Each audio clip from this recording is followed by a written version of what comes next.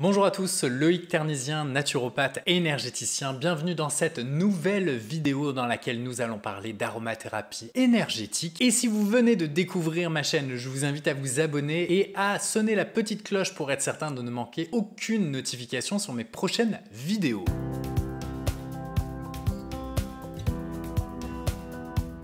Aujourd'hui donc, on va parler d'une aromathérapie un petit peu différente puisqu'il s'agit d'une aromathérapie dont nous allons utiliser l'énergie, la vibration et l'alchimie. Pour ceux qui me suivent, vous savez que je suis le fondateur de l'Institut d'aromathérapie énergétique dans laquelle on utilise les huiles essentielles de façon vibratoire. Car dans cette petite fiole d'huile essentielle d'Helichrysum italicum, eh bien on retrouve bien plus que des molécules chimiques mais aussi une énergie et une information. Car tout ce qui nous entoure est composé de matière, d'énergie et d'informations. Or, quand on utilise l'huile essentielle par voie orale ou en utilisant les molécules aromatiques qu'il y a à l'intérieur, nous n'utilisons qu'un tiers du potentiel de l'huile essentielle puisque nous utilisons la partie matière. Mais nous ne tenons pas compte de l'énergie et de l'information. Tout est dans la richesse de l'huile essentielle. Quand on parle d'énergie, cela signifie que l'huile essentielle possède une longueur d'onde, une vibration. Alors, on va dire que c'est la même chose pour faciliter la compréhension, mais disons que l'huile essentielle donc possède un niveau vibratoire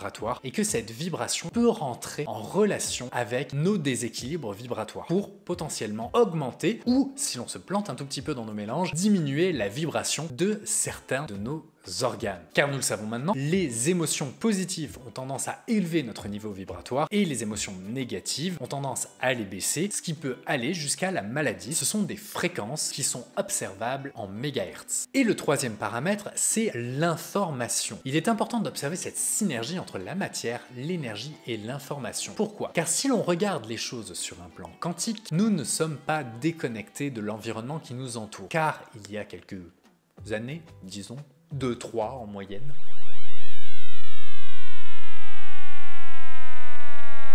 Juste avant l'événement que l'on appelle le Big Bang, l'intégralité des particules qui composent l'univers tenaient dans l'équivalent d'une tête d'épingle ou d'un petit pois, ça dépend des écoles de pensée. Ça veut dire que toutes les particules ont été en contact à un moment, elles ont été intriquées à un moment. Donc nous sommes en relation avec l'ensemble des particules que l'on trouve partout au travers de l'univers. Donc pensez-vous vraiment que cette fiole d'huile essentielle est déconnectée de la plante qui a servi à faire l'huile qu'il y a à l'intérieur? Eh bien pas du tout. Cette plante contient une information, l'information de la plante, du milieu dans lequel elle a vécu, mais aussi de la famille de la plante, du climat dans lequel elle a poussé, bref, tout ça est inclus de manière informationnelle dans l'huile essentielle. Voilà pourquoi il est intéressant quand on travaille de manière énergétique avec les huiles essentielles de considérer ces trois paramètres et c'est justement ce que l'on apprend au sein de l'Institut d'aromathérapie énergétique. Comment est-ce que j'en suis arrivé à utiliser les huiles essentielles de cette manière? Eh bien, un jour, j'ai une cliente pour laquelle j'étais obligé de lui donner un dosage aromatique qui était extrêmement puissant et qui était le seul à fonctionner. À chaque fois que j'essayais de transformer les molécules aromatiques pour un mélange moins nocif qu'elle pourrait prendre sur le long terme, eh bien à chaque fois cela ne fonctionnait pas. Elle n'avait une sensibilité qu'aux molécules les plus intenses qui sont impossibles à garder sur la durée puisqu'elles sont neurotoxiques, néphrotoxiques et hépatotoxiques. Et lors d'un soin énergétique, j'ai eu un flash dans lequel je mettais une goutte de cette huile essentielle dans une fiole en verre et que je lui demandais de porter. Ce que j'ai fait. Et donc quelques semaines plus tard, elle est venue me voir pour un rendez-vous de suivi et elle m'a expliqué que ne portant pas de poche, elle avait été obligée de porter la fiole dans son soutien-gorge, que ça lui avait causé de l'arythmie et une intensité sur le plan cardiaque, elle avait été obligée de changer la fiole de position, qu'elle ne comprenait pas comment est-ce que ça pouvait être possible, mais que cela fonctionnait. Et c'est à ce moment-là qu'une petite graine s'est plantée à l'intérieur du scientifique que je suis pour dire il se passe quelque chose. Il y a un principe actif qui se trouve à l'intérieur d'une fiole en verre qui n'a aucun contact physique avec